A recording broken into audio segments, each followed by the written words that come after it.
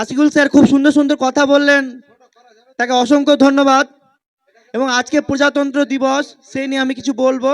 এবং আমি মানুষের অ্যাটেনশন পাচ্ছি না, কোথাও হয়তো প্রজেক্টরের জন্য বোর্ড টাঙানো হচ্ছে বা তার জন্য হয়তো কাপড় টাঙানো হচ্ছে, এবং কিছু স্টুডেন্ট ডিএসএলআর ক্যামেরা নিয়ে দৌড়াদৌড়ি করছে। আমি জানি তারা 10 লেভেলে আছে, তাদের মাথায় ঢুকবে না, তাদের ভালো লাগবে না। অতএব তবু আমরা তাদের উপর চাপিয়ে দিই, কারণ হয়তো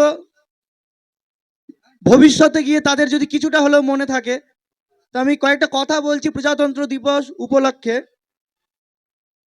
जब हम फिरंगी কি ফেরে মে ফাঁস গয়ে, আমরা যখন সেই বিদেশিদের কাছে ফেসে গিয়েছিলাম,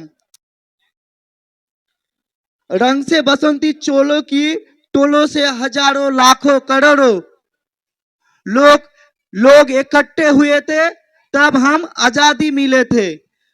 যখন রং দে বসন্তী গানটা বেজে উঠলো, সেই সুরে হাজারো হাজার লোক, লাখ লোক, কোটি লোক যখন একসঙ্গে একটা জায়গায় জমায়েত হলো, তখন আমরা আমাদের সেই গোলামি থেকে বেরিয়ে আসতে পারলাম, তখন আমরা সেই স্বাধীনতা পেলাম।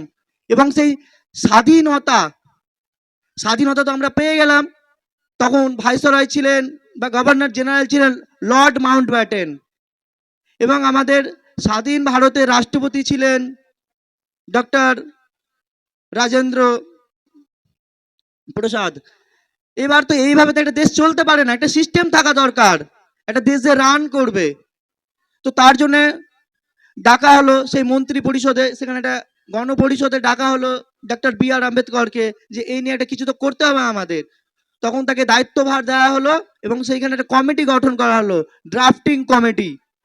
মন দিয়ে শুনবে, তোমাদের হিস্ট্রিরও কিছুটা কমপ্লিট হয়ে যাবে, ইনফরমেশন পাবে।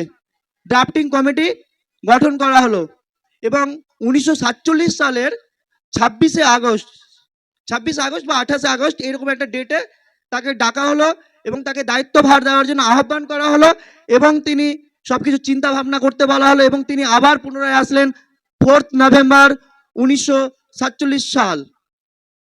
4 নভেম্বর 1947 সালে তিনি আসলেন এবং তিনি সংবিধান লেখার দায়িত্বভার গ্রহণ করলেন।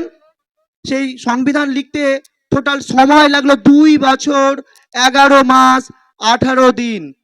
সময়টা মনে হবে 2 বছর 11 মাস 18 দিন। এবং আমাদের সেই সংবিধান এবার গৃহীত হলো 1949 সালের 26শে নভেম্বর, আর সেই আমাদের কার্যকর হলো 1950 সালের 26শে জানুয়ারি। তাহলে দেখো 26শে নভেম্বর পেলে, 26শে জানুয়ারি পেলে, তাহলে এই ডেটগুলো কেন আসলো? কারণ 1930 সালের 26শে জানুয়ারি জাতীয় কংগ্রেসের অধীনে ভারতবর্ষ 1930 সালে সেই পূর্ণ মর্যাদার স্বাধীনতা পেয়েছিল, কিন্তু কিছু কারণে সেই স্বাধীনতা আমরা হাসিল করতে পারিনি। তো ওই জন্য যখন ভারতবর্ষ স্বাধীনতা লাভ করলো, তারপরেই সিদ্ধান্ত নেওয়া হলো যে ঠিক আছে, 26শে জানুয়ারি 1950 সালে আমাদের ভারতীয় সংবিধান কার্যকর হবে, এবং সেখানে 284 জন সদস্য ছিলেন এবং তাদের স্বাক্ষর নেওয়া হয়েছিল। তারপর থেকে আমাদের ইমপ্লিমেন্ট করা হলো যে সংবিধানের নিয়ম মেনে চলতে হবে, এবং আমাদের ভারতবর্ষে যতগুলো এমপি রয়েছে, এমএলএ রয়েছে, সবাইকে ওথ নিতে হবে।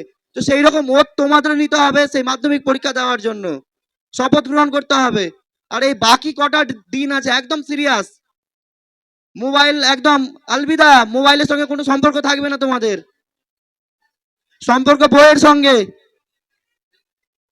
আমি বারবার বলি, বইকে ভালোবাসতে হবে এবং নলেজ গেইন করতে হবে। নলেজ গেইন করলে প্রচুর ভ্যালু পাবে তুমি।